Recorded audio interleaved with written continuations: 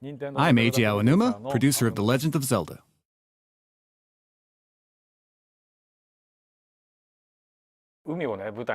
This game takes place on the open sea, so there's an endless view of the blue ocean and blue sky. And now that the game is in HD, it really feels like you're looking at an infinite sky and a boundless sea, and you get that feeling much more than the original. It's just the one blue color, but I was surprised to find that it felt like the blueness continued on all the way to the horizon.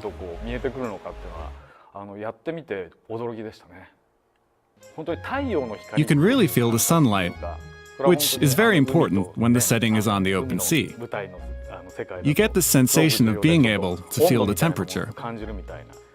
Artistically, it's a cartoon, so it may not look photorealistic. But you can feel the sunlight.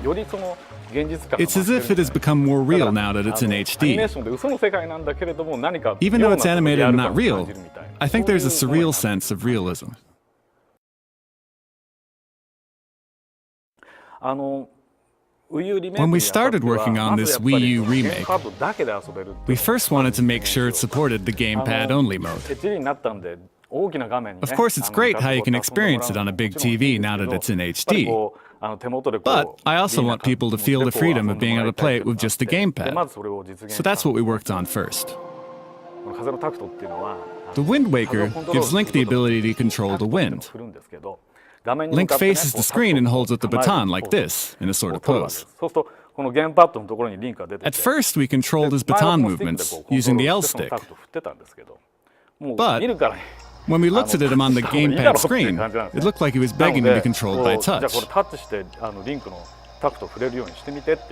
We tried it, and pressing your finger against Link and moving him felt so intuitive. It was as if you're showing Link how to swing, and we think it turned out really well. It really feels as if you're connected with Link.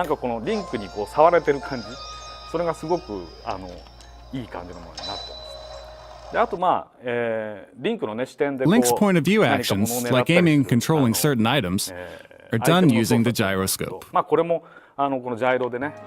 We use this method in other titles too, so you can imagine its intuitiveness when aiming at objects. You're also able to aim using the L and R sticks, so you can play in a style that works for you.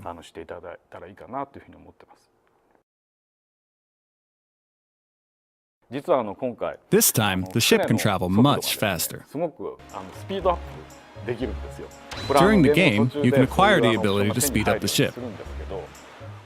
On the GameCube, in the previous version, it took some time to load the ocean data because it was so vast. So, if the ship had gone too fast, it would have sailed to the edge of the ocean and fallen off. Now that it's on Wii U, the capabilities have been enhanced greatly, and we're now able to load the entire ocean at once. Now that we were able to do that, we could speed up the ship. Back then the ship sailed rather slowly, but now the distant islands come closing in at incredible speed. You arrive at your destination before you know it. It feels really great. But if the ship was that fast from the beginning, you wouldn't appreciate it. Once you reach a certain point in the game, you'll become able to go this fast and experience how great it feels.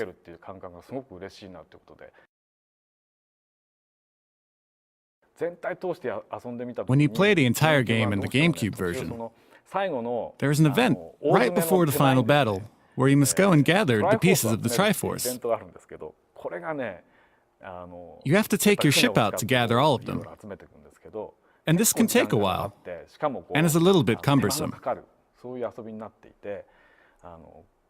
That was the tough part in the latter half of the game, and many people felt that it ended abruptly.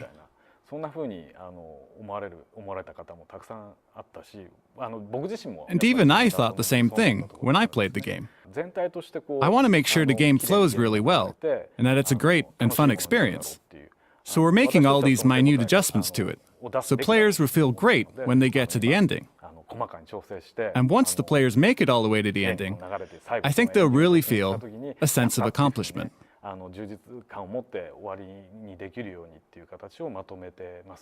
I hope you're looking forward to experiencing it for yourself. I feel like I'm now finally fully able to do what I wanted to back then. With the original title, we challenged ourselves to let players feel the sensation of sailing into the endless ocean, to feel the blue ocean beneath the blue sky, for the first time in the Legend of Zelda series. In a way, it was my first game where I was able to freely try a lot of different approaches as I was playing, to see what worked and what didn't, while we were making the game.